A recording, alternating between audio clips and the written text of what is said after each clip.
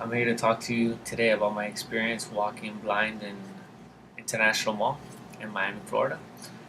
Okay, what I did was I went with Angelica Guevara and I took a pole and I took a set of glasses, dark glasses, and I was just walking around and I noticed everybody just watching and staring at me and everybody was just trying to get out of my way, be as nice as possible.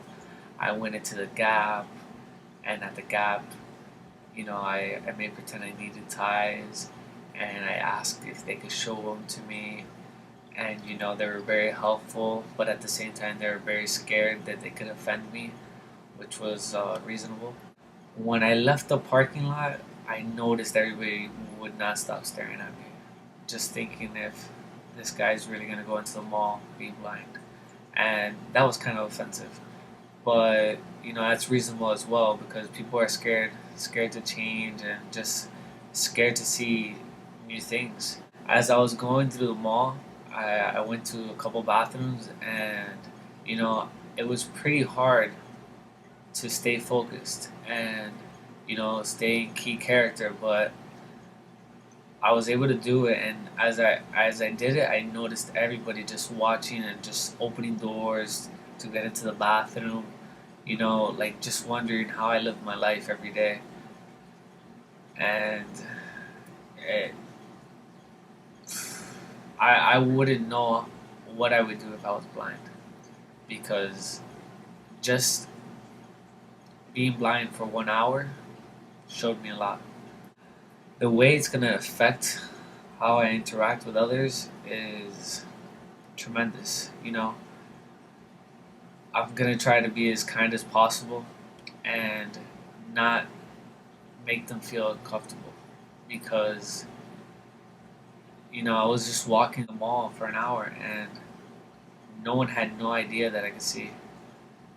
So just the looks I got, uh, I wouldn't want to give those looks to anybody after doing that. Accommodations. When I went into Gap, I noticed that they had some trainees that were ready for me because right away I saw a manager just send an employee and she was very helpful, but still there's really not much companies can do to change the way everyone else makes you feel. And I understand people are blind and won't be able to see everybody looking at them, but I'm sure they'll be able to hear everything going on around them. And there's a lot the companies can do to be ready, but it'll always be hard for them. If this happened to me, I hope I will handle it the way a lot of people do, because just leaving the mall, I just thought about it and I was just speechless. Me and Angelica in the car, I was just telling her, "Wow, what if this really happened? What if I was blind and I couldn't see anything? I, I, what would I do for a living? What would I? How would I live? Like, how would I keep myself up?" So that's a really good question. I don't know how I would handle it. I think I would break down, be very, very, very scared.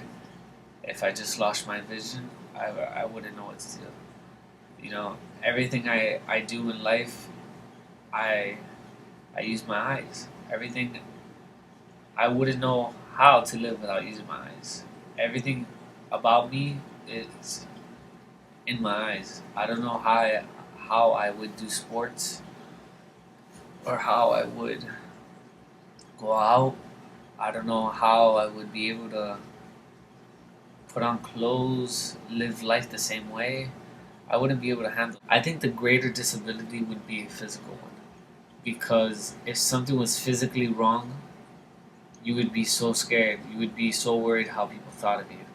And it would make a big difference in a working environment. You know, you wouldn't work the same as all the other workers because you'd be busy wondering what everybody else was thinking. And that is the toughest thing. By being underestimated, it can be an advantage because while others are worried, how is he doing this? you're busy actually doing it and getting ahead, and at the same time people feel sorry for you, and sometimes you just learn to cope with it, and you just be become even stronger.